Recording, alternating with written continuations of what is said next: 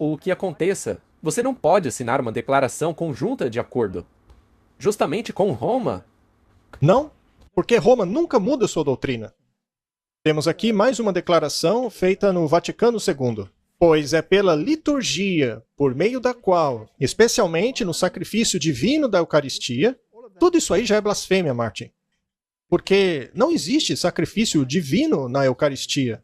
Pois por apenas um sacrifício ele foi para sempre aperfeiçoado. E a liturgia é a rotina que acontece ali no serviço religioso. A obra da nossa redenção é concluída. Veja que o sangue de Cristo não está aí, Martin. Em nenhum lugar. É especialmente por meio da liturgia que os fiéis são capacitados a expressarem em suas vidas e manifestar a outros o mistério de Cristo e a natureza real da verdadeira igreja. Martin, isso nega completamente a expiação. É importante a gente mostrar essas coisas porque estamos sempre ocupados com a terceira mensagem angélica. E isso daí nos ajuda a identificar a besta e o que ela ensina. O que a besta ensina, sim? Porque, se você segui-la, você está adorando a besta. E porque, se você segui-la, você estará perdido. E receberá a marca dela. Sim. Temos mais uma citação magnífica aqui dos Sinais dos Tempos. Todos que decidiram servirem a Deus procurarão saber e fazer a vontade dele, custe o que custar. O verdadeiro servo de Deus será manifestado por sua voluntária obediência a todos os mandamentos de seu mestre. Se me amais, guarde os meus mandamentos. Do contrário, você é um mentiroso e a verdade não está em você. É simples. Eles não murmurarão, procurando encontrar alguma falha na lei, mas declararão, por palavra e ação, este é o amor de Deus, que guardem os mandamentos dele, e os mandamentos dele não são pesados. Ao obedecerem à lei, estarão fazendo aquilo que é agradável à vista do céu, e todas as promessas da palavra de Deus são concedidas para apoiar os fiéis e obedientes. Podem ter esperança em sua misericórdia, construir em seus conselhos imutáveis, obter ânimo para os seus corações, porque sua vontade está colocada ao lado da vontade de Deus. É o seu alimento fazer a vontade de Deus e concluir a obra dele. Os portais da cidade eterna se abrirão para a nação que guardou a verdade. Os servos de Deus comerão da árvore da vida e aproveitarão as riquezas inescrutáveis da eternidade. O homem disse a Jesus: "O que eu tenho que fazer para herdar a vida eterna?" A resposta foi: guarde os mandamentos. E aqui temos mais um componente da terceira mensagem angélica. Devemos olhar para esse componente com uma perspectiva bíblica também. Esta é uma citação do Espírito de Profecia. A obra médico-missionária é a mão e o braço direito da terceira mensagem angélica que deve ser proclamada a um mundo caído.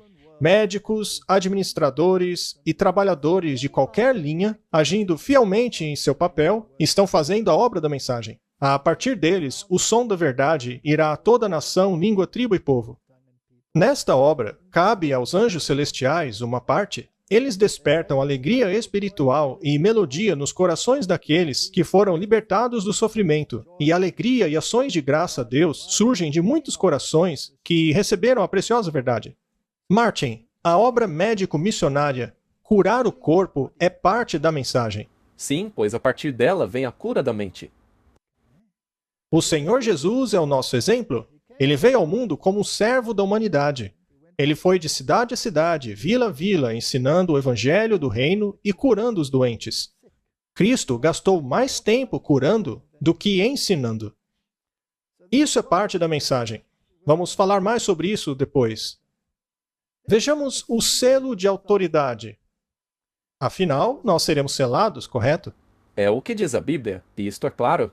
Este selamento é o nosso passaporte para o céu. Mas o passaporte para o céu é o manto da justiça. Este é o seno. Então o selo e o manto da justiça devem estar em harmonia um com o outro, correto? Vamos dar uma olhada no selo de autoridade. Encontramos em Êxodo 20, bem no meio dos 10 mandamentos. E é a respeito do mandamento do sábado. Lembra-te do sábado para santificá-lo. 6 dias trabalharás e farás toda a tua obra. Mas o 7º é o sábado do Senhor teu Deus. Nele não trabalharás, nem tu, nem teu filho, nem tua filha, nem teu servo, nem tua serva, nem o teu gado, nem o estranho que habita em tua casa. O mandamento é bastante claro. Temos que descansar no dia do sábado. Mas por quê? Porque em 6 dias o Senhor fez o céu e a terra, o mar e tudo que há neles. E descansou no 7º dia. Portanto, o Senhor abençoou o dia do sábado e o santificou. Esse mandamento dá autoridade a todo o decálogo. Por quê? Porque ele nos revela quem é que deu os mandamentos. É o Senhor, Jeová, é o nome de Deus. Ele fez. Esse é o título dele. Ele é o Criador. E a sua jurisdição é o céu e a terra. Assim como qualquer selo presidencial, por exemplo, dos Estados Unidos, possuem esses componentes. Para emitir uma lei, a autoridade precisa dizer eu, ou seja, o nome, seja lá qual for, e então o seu título como presidente, e depois o território, Estados Unidos da América, ou qualquer outra nação. É o mesmo processo. Portanto, o selo dá autoridade à lei. Sem o mandamento do sábado, qualquer pessoa poderia ter emitido esses mandamentos. Exatamente. Qualquer um poderia. E o mandamento diz, lembre-se. E hoje vemos que o mundo esqueceu o mandamento. Correto? Mas uma constatação. Isaías 58. Se desviares o teu pé do sábado, de fazer o teu prazer no meu santo dia, se chamares ao sábado prazeroso, o santo dia do Senhor, honrado, e a ele honrar, não seguindo seus próprios caminhos, nem procurando seu próprio prazer, ou falando suas próprias palavras, então achareis prazer no Senhor, e farei com que cavalgues nas alturas da terra, e se alimente da herança de Jacó, o seu pai, pois a boca do Senhor assim o disse. Veja que o sábado está ligado à herança de Jacó, que é a vida eterna. Também os filhos dos estrangeiros que se unirem ao Senhor para servi-lo, e amarem o nome do Senhor para serem seus servos, e que guardem o sábado, não o profanando. Isso é só para os judeus, Martin? Não, é para o mundo todo. E se apegar à minha aliança, até mesmo eles trarei ao meu santo monte, e os alegrarei na minha casa de oração. O sábado é para todas as nações, não é só para os judeus. É para a raça humana. Correto. E devemos chamá-lo de prazeroso, porque estamos descansando. Descansando em uma obra concluída, o plano da salvação. O profeta Isaías aponta para a ordenança que foi esquecida. Repararás as fundações de muitas gerações. Vocês serão chamados de os reparadores de brechas.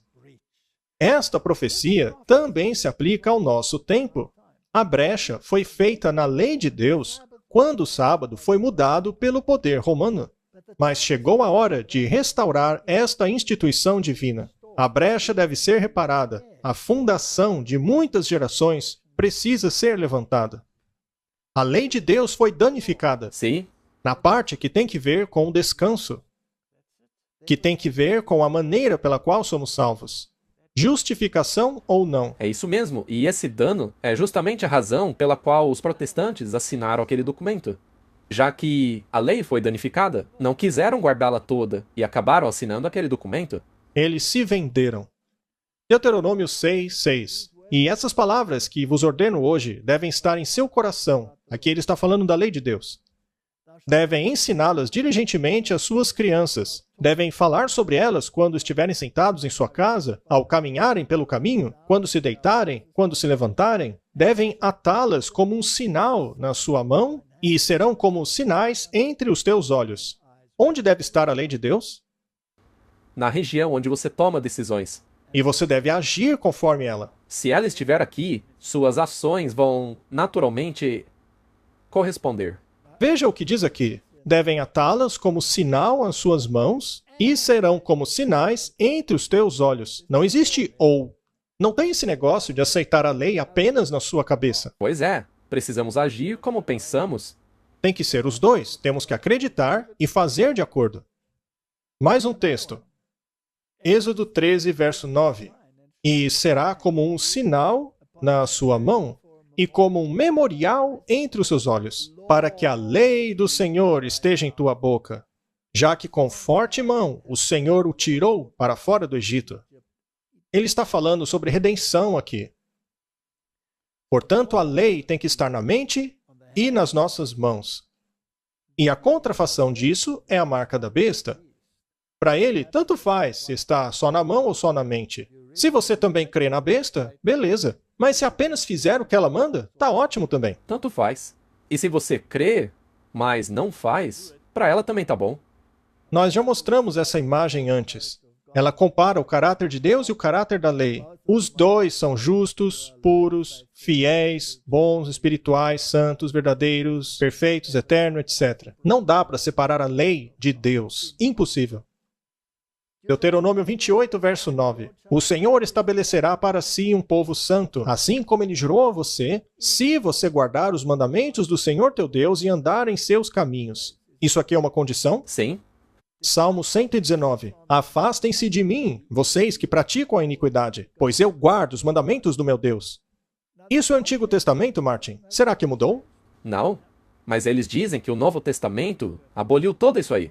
Muito bem, vamos ler o Novo Testamento. Mateus 19, verso 17. E disse a ele, por que me chamas de bom? Bom só há um, que é Deus. Mas se quiseres entrar na vida, guarde os mandamentos. Você comentou há pouco sobre aquele jovem que perguntou a Jesus. Não é interessante que, quando ele perguntou, Jesus disse, vai, guarda os mandamentos? Como Jesus teria abolido isso? Jesus nunca aboliu. E o dragão irou-se contra a mulher e saiu para fazer guerra contra o remanescente de sua semente, aqueles que guardam os mandamentos de Deus e têm o testemunho de Jesus. Não existe um conflito entre aqueles que guardam a lei e os que não guardam? Claro. E isto é repetido em Apocalipse. Aqui está a paciência dos santos, aqueles que guardam os mandamentos de Deus e têm a fé de Jesus. Ou seja, fazem o que Jesus fez. E eles... A lei acabou? Não, claro que não. Isto está claro na Bíblia. Sim, é isso que diz a Bíblia. Vejamos agora a presunção de Roma. Daniel 7, verso 25. Aqui Daniel fala sobre exatamente os mesmos poderes de Apocalipse 13. E ele, o poder do anticristo, dirá grandes palavras contra o Altíssimo, e ferirá os santos do Altíssimo, e pensará em mudar os tempos e as leis.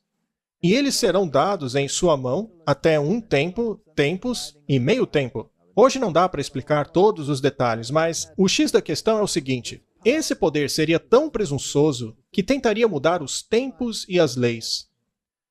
Qual dos 10 mandamentos trata especificamente de tempo? O quarto mandamento. Muito bem. Mas o tribunal se assentaria e tomaria dele o seu domínio, para consumi-lo e destruí-lo até o fim. Aquele que pensa ser capaz de mudar as leis de Deus será destruído. Muito bem. Quem mudou a lei? Vamos perguntar para o próprio papado. O Papa tem poder para mudar tempos, anular leis e dispensar todas as coisas, até mesmo os preceitos de Cristo. Isso não é uma das coisas mais arrogantes que você já viu em sua vida? Definitivamente. O que coloca para longe de dúvidas aquilo que dissemos há pouco.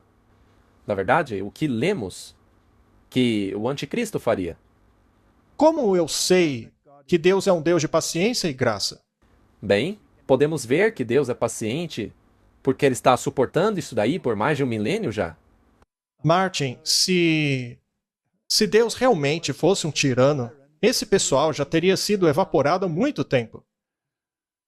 Vamos para mais uma citação. É claro que a Igreja Católica alega que a mudança foi um ato seu e que esse ato é uma marca de seu poder eclesiástico e autoridade em questões religiosas. Eles não têm vergonha de assumir isso porque eles acreditam terem esse poder.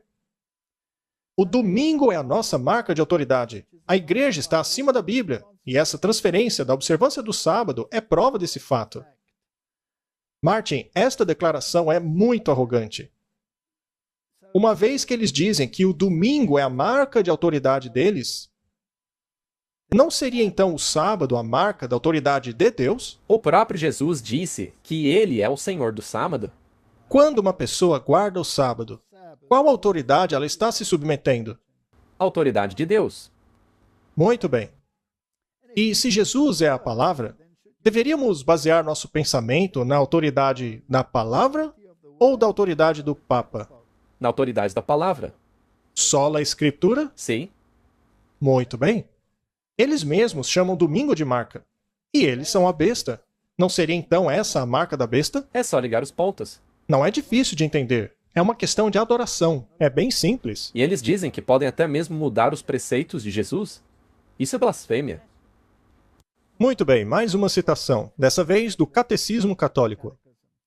A voz do Papa é a voz da razão. Ele está acima da lei, podendo transformar o errado em certo, ao corrigir e mudar as leis. Ele até mesmo afirma que pode mudar o que Jesus disse. Qual é o dia do sábado? O sábado é o dia do sábado. Por que guardamos o domingo ao invés do sábado? Nós observamos o domingo ao invés do sábado porque a Igreja Católica transferiu a solenidade do sábado para o domingo. Eles não podem negar, está no próprio catequismo. Não. Ninguém pode negar. Ninguém pode negar que Roma fez a mudança. Muito bem, agora vamos à questão do descanso. Não o Criador do universo em Gênesis 2, 1 a 3, mas é a Igreja Católica que pode reclamar para si a honra de ter concedido ao homem uma pausa de seu trabalho a cada 7 dias. Isso já revela por que eles fizeram a mudança. Aham, porque eles querem ser aqueles que te dão descanso das suas obras. Mas eles não querem aceitar a justiça de Cristo. Eles a rejeitaram. A razão e o senso comum exigem a aceitação de uma ou outra dessas alternativas, ou o protestantismo e a guarda do Santo Sábado, ou o catolicismo e a guarda do Santo Domingo. Qualquer concessão é impossível. Agora vemos por que eles assinaram uma declaração conjunta. Porque não foram eles que abriram mão. A concessão veio dos protestantes, pois esses já abriram mão do verdadeiro sábado. E uma vez que você compromete uma das leis de Deus, as outras seguem o mesmo exemplo. Muito bem. Então, quando os batistas do 7º dia guardam sábado, é porque eles não abrem a mão do 4º mandamento de Deus. Quando os adventistas do 7º dia guardam sábado, eles também não estão abrindo mão dos mandamentos. E aqui, a Igreja Católica diz que qualquer concessão é impossível. Ou você guarda o sábado, seguindo a Bíblia, ou você guarda o domingo, obedecendo à Igreja Católica. Então, o dia não é a questão. Não. É a autoridade por trás do dia. Sim. Qual autoridade você está escolhendo? A quem você está adorando? E como você demonstra essa adoração? A Aliança pelo Dia do Senhor, que é uma organização protestante, diz claramente que o domingo é a marca da unidade cristã. É por isso... É a marca da besta. Sim, e esse é um ponto de contenda, o dia do Senhor. Mas na Bíblia você vê facilmente que é o sábado, que é o dia do Senhor. A Bíblia diz isso. Jesus é o Senhor do sábado. Não se pode fazer do domingo o dia do Senhor. Isaías diz claramente que o sábado é o dia do Senhor. Os registros católicos dizem que o domingo foi fundado não nas Escrituras, mas na tradição e é distintamente uma instituição católica. O Novo Testamento não faz menção explícita que os apóstolos mudaram o dia de adoração, mas nós sabemos isso pela tradição. Este é o Catequismo Novo Revisado de Baltimore. Jesus disse: "Vocês me adoram em vão, porque ensinam como doutrinas mandamentos de homens. Vocês colocam de lado os mandamentos de Deus e se apegam à tradição de homens, como a lavagem de copos e vasilhas, assim como muitas outras coisas parecidas que vocês fazem." Poderíamos acrescentar aqui, guardar um dia diferente? Por causa da tradição. Por causa da tradição. Assim você me adora em vão. Não é uma questão de adoração? Muito bem. Mais uma citação. O primeiro mandamento da Igreja, a observância do domingo e de seus dias santos. Veja, eles dizem que este é o mandamento mais importante deles. No primeiro mandamento da Igreja, a solene observância dos santos dias é obrigatória a todos nós. Existem 7 festivais do Nosso Senhor, 5 de Nossa Senhora e 3 dos santos. Na instrução da Igreja Católica está assim: teria a Igreja Católica poder para fazer qualquer alteração nos mandamentos de Deus? A resposta é: ao invés do 7º dia e outros festivais apontados na antiga lei, a Igreja prescreveu os domingos e dias santos para serem separados para a adoração de Deus. E agora temos a obrigação de guardar estes como consequência ao mandamento de Deus, ao invés do antigo sábado. Com que direito? Do deles. Isso não é presunção? Claro. Mas a profundeza da questão é que o sábado representa o descanso. o que representa que você descansa nas obras concluídas de Cristo, que você se apropriou da justiça de Cristo. Eles não rejeitam a justiça de Cristo, substituindo pela sua própria justiça. Sim, a salvação é pelas obras. Eles não diminuem a punição no purgatório, que, aliás, nem sequer existe na Bíblia, ao apropriarem-se dos méritos dos santos e Jesus e da Maria e transferindo-os para as pessoas comuns? Sim, dessa maneira a gente trabalha a nossa própria salvação. É um completo sistema de adoração. É um sistema de adoração da própria besta, Martin. É isso que é.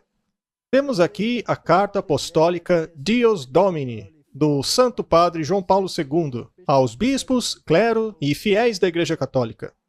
E ele diz assim: quando, ao longo dos séculos, a Igreja fez leis concernentes ao descanso dominical, a Igreja tinha em mente os trabalhadores. Nessa questão, meu predecessor, o Papa Leão XIII, em sua encíclica Rerum Novarum, falou do descanso dominical como o direito do trabalhador que o Estado deve garantir. João Paulo II, que hoje é um santo, aliás, disse que cabe ao Estado garantir o descanso dominical. União entre igreja e Estado. Qual autoridade o Estado deve reconhecer? Roma. Roma. Martin, se o Estado reconhece a autoridade de Roma, ele não automaticamente rejeita a autoridade de Deus? Sim. E, havendo eles dito que o descanso dominical é a marca da autoridade deles, e sendo eles a besta de Apocalipse capítulo 13, o Estado e qualquer um que observe este mandamento não está recebendo a marca da besta? Infelizmente, sim. Muito bem. Será que o Papa atual está pressionando por um decreto dominical? No domingo, a nossa participação da Eucaristia tem uma especial importância. O domingo, assim como o sábado judaico, deve ser um dia para a cura de nosso relacionamento com Deus, conosco e com outros. Ele também proclama o descanso eterno do homem em Deus. Ah, é? Eu achava que era o sétimo dia que fazia isso. Então, se você altera o dia, você não entra no descanso de Deus. Eles tiram tudo isso da cabeça deles. E as pessoas não questionam. Dessa maneira, a espiritualidade cristã incorpora o valor do relaxamento e festividade. Isso é uma distorção total do Evangelho. O direito de desconectar e a necessidade para um dia comum de descanso europeu. Isto aqui é a Aliança Europeia pelo domingo. Não é apenas os Estados Unidos que faz isso. Cada nação cristã vai lutar pelo domingo. E os outros simplesmente vão receber, porque será um feriado bancário, um dia de descanso comum, todo mundo vai seguir. E é claro, a mudança climática terá um papel importante. A Mãe Terra precisa descansar. Todo mundo precisa descansar, porém, no dia da besta. E isso é para o bem comum, Martin. O bem comum deve tornar-se global. As nações-estado não são mais capazes de buscarem sozinhas o bem comum para suas populações. O bem comum tornou-se global e as nações precisam associar-se para o seu próprio benefício. Será que alguém vai escapar? Não, se você for contra, você vai ter uma grande encrenca. Grande encrenca. Vamos tentar resumir então. A marca da besta é o domingo, segundo ela mesma. Não porque a gente está dizendo. A marca da besta é um plano da salvação que nega a expiação. Ela nega o manto da justiça de Cristo. Portanto, é um manto que você mesmo costurou. Dá para entrar no céu com essa roupa aí? Não. Será que é importante não termos a marca da besta? É a última grande advertência para nós. E isso está relacionado a uma coisa simples, um dia. Se eu decidir guardar um dia que é contrário ao dia estabelecido pelo papado, eu não apenas estou me apropriando do dia, mas de todo o pacote que vai dentro dele. Ou seja, o descanso na obra da salvação completada por Cristo na cruz. Sou salvo pelo sangue do Cordeiro. E qualquer boa ação é o resultado do que ele está fazendo em mim. Isso é santificação. Vamos concluir examinando a tipologia da libertação. A grande libertação que ocorreu em tipo. Como isso afeta o antitipo? E depois, Moisés e Arão foram ao faraó, dizendo, assim diz o Senhor de Israel, deixe meu povo ir, para que façam uma festa para mim no deserto. E o faraó disse, quem é o Senhor para que obedeça sua voz e deixe Israel ir? Eu não conheço o Senhor e nem vou deixar Israel ir. Aqui temos dois poderes. Um que reconhece o Senhor e o outro que não o reconhece. E que rejeita os caminhos dele. E que quer colocar os seus próprios preceitos? Muito bem. E o rei do Egito disse a eles, por que vocês, Moisés e Arão, deixaram o povo parar de trabalhar? Pois voltem às suas cargas. E o faraó disse, eis que o povo da terra é muito grande, e você, Moisés, faz com que eles descansem, Shabat, de suas cargas. Êxodo 5, 4, 5. Aqui, Faraó está reclamando é que Moisés estava fazendo o povo guardar o sábado. Você não vai guardar o sábado. Vou aumentar o seu trabalho. Vocês vão fazer tijolos e vão ter que colher a própria palha para ter certeza de que vão trabalhar no sábado. Isso é uma lei anti-sábado. Exatamente. Agora, qual foi a resposta de Deus para essa lei anti-sábado? As pragas? As pragas foram sangue, sapos, piolhos, moscas, gado, granizo, gafanhoto, trevas e a morte dos primogênitos. Certo? Agora veja, sangue, feridas, granizo, trevas, também fazem parte daquelas pragas que cairão quando as 7 últimas pragas forem derramadas. Existe um link entre as duas? Sim. Então estabelecemos uma conexão. Aqui temos o tipo, a libertação, que foi física, e aqui estamos falando do antitipo, uma libertação espiritual do pecado. E da volta à harmonia com a vontade de Deus ao aceitar a justiça de Cristo. O símbolo disso está envolvido no sábado. Moisés disse para o povo guardar o sábado. O faraó disse não. Salmo 105, verso 43, 45. E ele levou adiante o seu povo com alegria, o seu escolhido com felicidade, e deu a eles a terra dos gentios. Eles herdaram o trabalho do povo, para que pudessem observar os seus estatutos e guardar as suas leis. Louvado seja o Senhor. Por acaso, voltar a estar em harmonia com a vontade de Deus e a sua lei não é parte do plano? Sim, é parte da nossa redenção, conforme vamos entrar na terra de Canaã. Não será assim no final? Muito bem. E então houve o teste de obediência. Isso é muito interessante. Êxodo 16, verso 4. Então o Senhor disse a Moisés, farei chover pão do céu para vocês.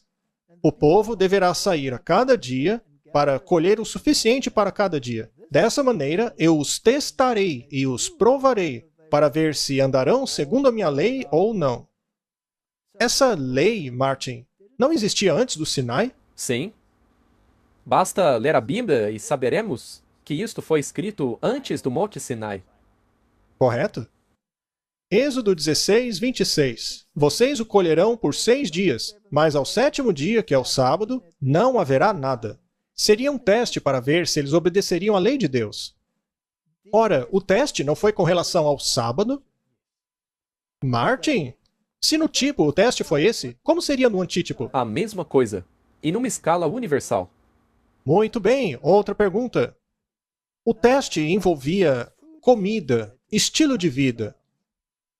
Eles receberam o maná, o pão.